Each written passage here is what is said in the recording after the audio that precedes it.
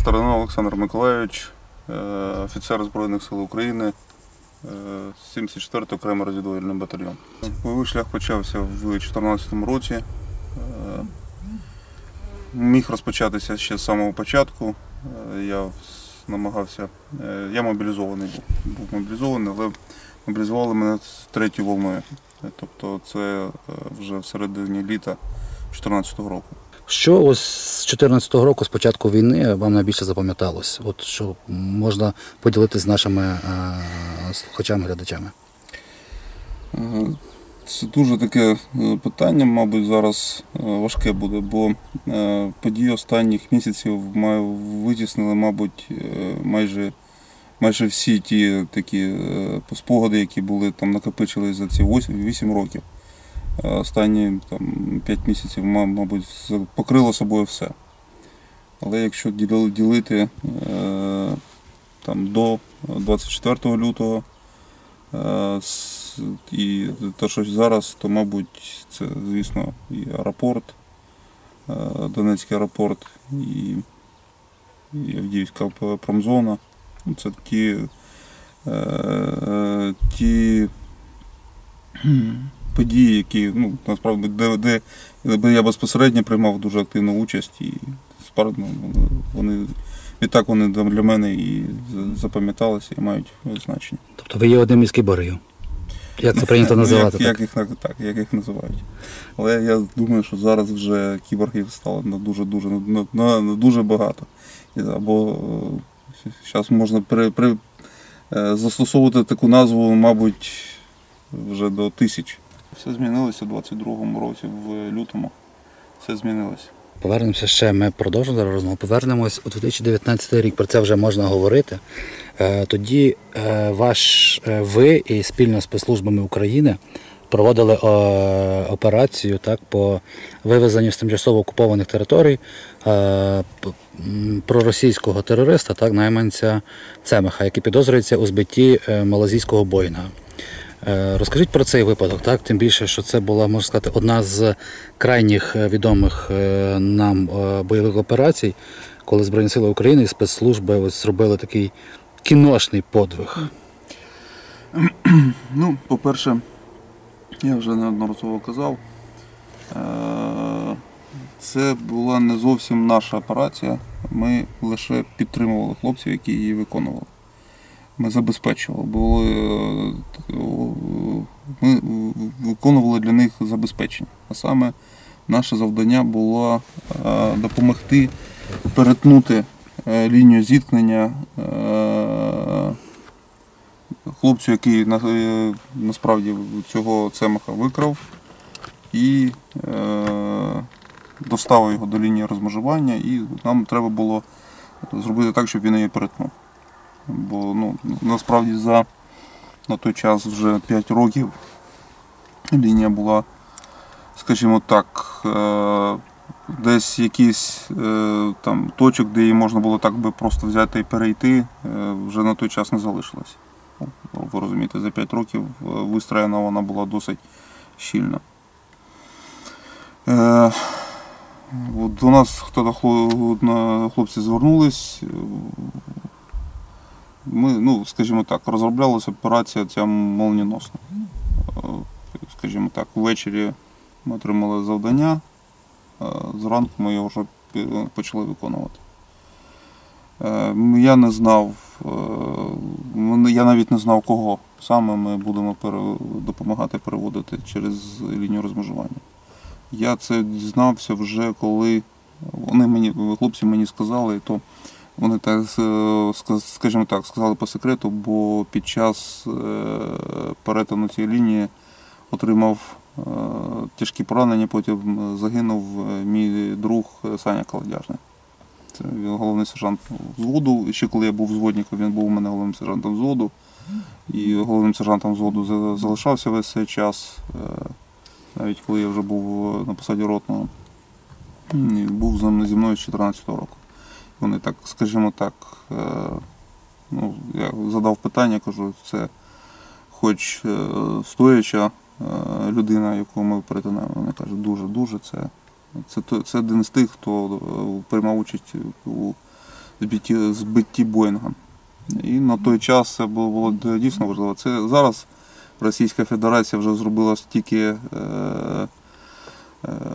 злочинів, що збитий Боїнг це вже, мабуть, його відштовхнули з перших позицій зла, десь, мабуть, вже навіть не в перший десяток. А на той час, станом 19-й рік, це було навіть, я вважаю, дійсно важливо. 24 лютого, де ви його зустріли? Я його зустрів, вибух 24 лютого я його зустрів на КСП 2-ї розвідувальної роти. Так, в принципі, 22 лютого Путін виступив, сказав, що він визнає ЛНР, ДНР. В принципі, для мене вже було зрозуміло все. Особисто я вже не мав ніяких ілюзій.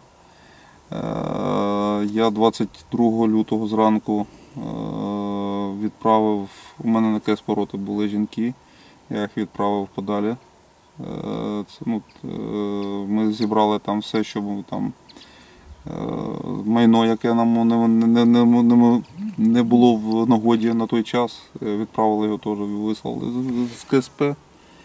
І я розумів, що от зараз відбудеться. Ну і 24-го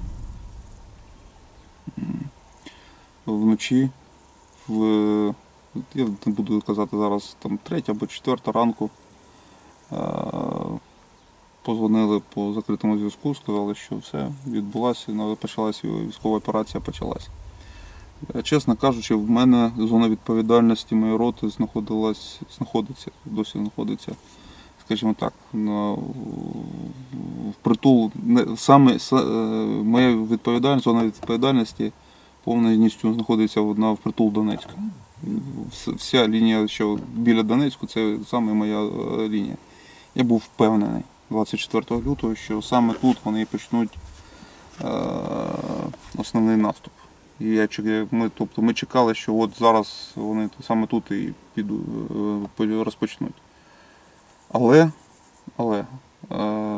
24 лютого в моїй смузі нічого не відбулося. 25-го, 26-го, 27-го ми навіть вже почали, тобто ми знаємо з новин, що вони там просуваються там просуваються, там десь сотні вже кілометрів вже пройшли в Луганську, майже там з сходу зайняли досить велику частину Луганська.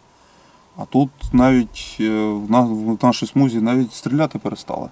Була повна тиша. В нашій смузі була повна тиша. Нічого взагалі не відбувалося. Ми навіть почали з хлопцями, скажімо так, проявляти власну ініціативу. І ми знали, що на півдні відбуваються, основні події відбуваються на півдні. Там Маріуполь ще не був оточений на той час. І ми з хлопцями навіть почали самостійно сідали в машини і їздили туди на південь з метою, скажімо так, це більш притаманна така західна система розвідки патрулювання. Ми її там вирішили спробувати застосувати, це було логічно. Почали патрулювати південь, намагатися там південніше Волновахи, тоді противник якраз вийшов на Волноваху, і південніше Волновахи туди почали там кожен день їздити, зробили мобільні групи, там взяли з собою, тримали з собою там протитанкові якісь средства, і каталися по півдню. Чому не наступали на Донецьк, якщо ви знали, чому не було взагалі такої думки вдарити по Донецьку, щоб відтягнути сили від Маріуполя? Були такі думки неодноразово, і ми навіть декілька разів були вже в кроку, щоб зробити це. Кожен раз відбувалися якісь події, відбувалися, які відтерміновували це. І в ітогі так ми і не зробили. В перші дні, коли ми це спланували, почали Ну, давайте так, в зв'язку з тим, що там у нас просідали, оборона просідала, то почали потрохи ці піхотні підрозділи, які знаходились тут, почали їх потроху розтягувати там. І вже якщо там спочатку ми ще сиділи, прораховували, що можна там вдарити, потім вже зрозуміло було, що на це не буде сил. Тобто можна було спробувати піти на штурм. Шанси були, скажімо так, 50 на 50. Тобто можна було б спробувати. Але якщо б у нас не вдалося, то ми б отримали тут велику дірку. Замість того, щоб допомогти, скрізь цю отвір противник міг здійснити навіть оточення. Тому я вважаю, що, мабуть, все ж таки ми правильно зробили, що утримались від цього. Де вам довелося зіштовхнутися безпосередньо вже з російськими окупантами на вашому напрямку? Де були основні сили зіткнення? Безпосередньо зараз. Ми зараз вже, ми з ним стикнулися з лютого, вже кілька разів стикались. Ну, все це було до цього, це було на чужих ділянках, тобто де ми їхали спеціально, самостійно, туди виїжджали, там, шукали зустрічі. А зараз вже ось противник прийшов до нас. І от вже другий тиждень Мар'їнка, Авдіївка, Піски, ми вже настав наш час, скажімо так. Працюємо зараз уже тут. Як можна охарактеризувати цю ситуацію ось в вище перелічених вами містах на даний момент? Я, в принципі, так як я бачив все, що було, скажімо так, спочатку, з лютого, я б сказав так, противник вже виснажений. Так, ми також вже і втомлені, і десь у нас вже і хлопці там якісь, досить багато втратили хлопців від тих старих. І зараз досить багато воює там хлопці, яких от зараз там прийшли, ми мобілізували, або добровольцями прийшли. Але противник набагато більше виснажився, ніж ми.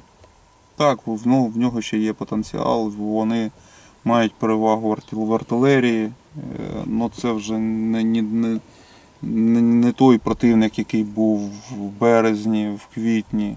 Це ще взагалі не той. Геть відрізняється. Якщо ще в квітні вони намагалися просуватися там колонами, там будували там колони, там сталеві кулаки, там намагалися прорватися там такою навалою, то зараз, в кращому випадку, в кращому для них випадку, вони перемалують артилерію наші перші позиції. Ці атаки, це дійсно є така біда, бо протипоставити поки що достатньо ефективно ми, мабуть, ще не можемо щось цьому, бо перевага в артилерії в них залишається. Вони перемалують хлопців там на першій лінії артилерії і просуваються просто по перепаханій землі. Тобто там, де вони заходять, там нічого нема. І тут можна сказати, передати привіт всім цим ждунам, які сидять і ждуть приходу, навіть не евакуюються, там я не знаю, на що вони розраховують, що зараз прийдуть руські і все у них налагодиться.